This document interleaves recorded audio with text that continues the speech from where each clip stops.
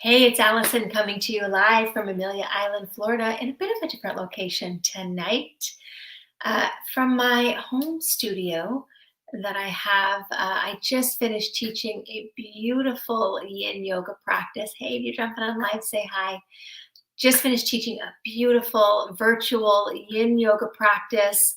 If you don't know what yin is, it's all done lying down or seated, and we hold these shapes for a period of time. It is an incredibly healing, beneficial practice. We work on the connective tissue of the body, not the muscles. When you're in a more vinyasa, a yang style of yoga, you're working the muscles, but here we're getting in the connective tissue that's going to help with joint pain, back pain, so many things. It's a very healing, quiet, still practice, and it's probably my favorite to teach. All right, so I am going to show you just a handful of yoga poses that you can do tonight. Very simple, not complicated. You can do tonight to help you drift off into a better sleep. Now, also be mindful when you are filling your body with blue light and depending on what you've eaten or what you've had to drink, it's also going to affect your sleep. So be mindful of that. But let me show you a few yoga poses, and do not hesitate. If you have any questions, drop them in the chat box. I'll come back and answer them after the live.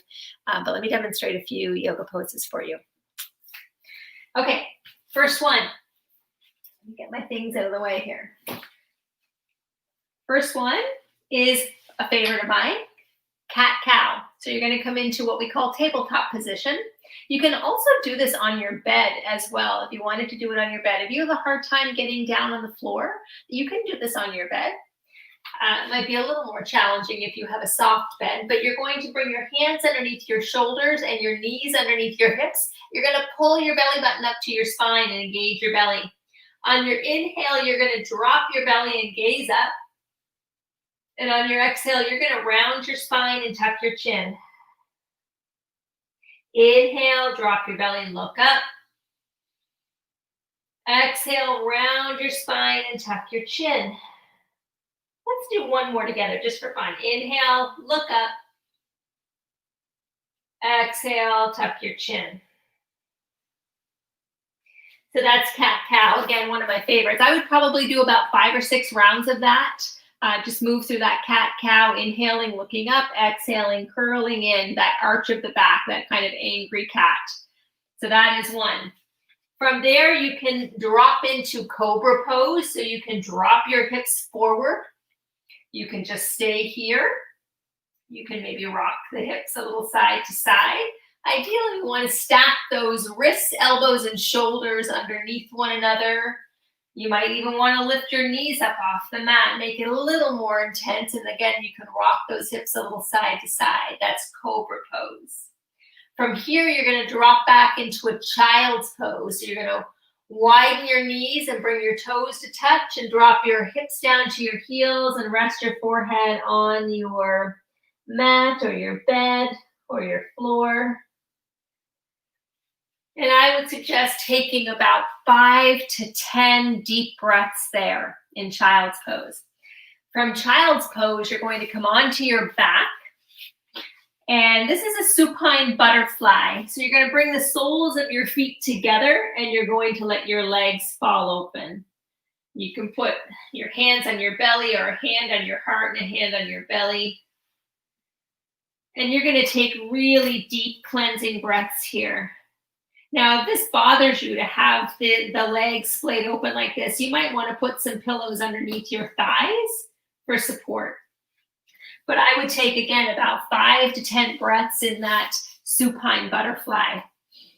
And then you're going to, one of my favorites, easy, pull the knees in and rock a little side to side, massage that back.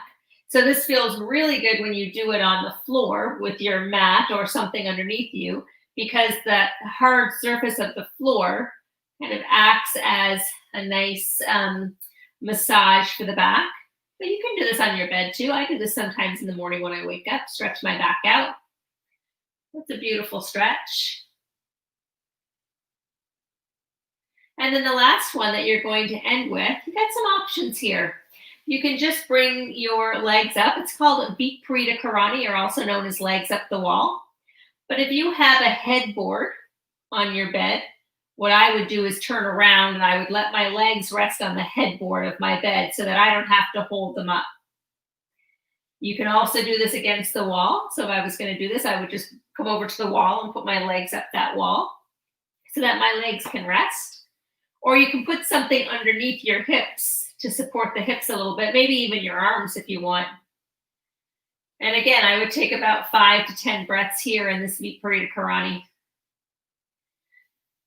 So those are some shapes that you can do before bed. You can do your cat-cows. You can do that cobra pose where you just drop the belly down and then you're pressing back into child's pose. I have my little list here. And then that supine butterfly, legs, feet together, legs open, hug the knees in, rock a little side to side, and then legs up the wall. And then after that, as you cuddle up and you pull the covers over you, I want you to think of 3 things that you are grateful for. Whether they were 3 things that happened today that you are grateful for, or just 3 things in general in your life that you are grateful for.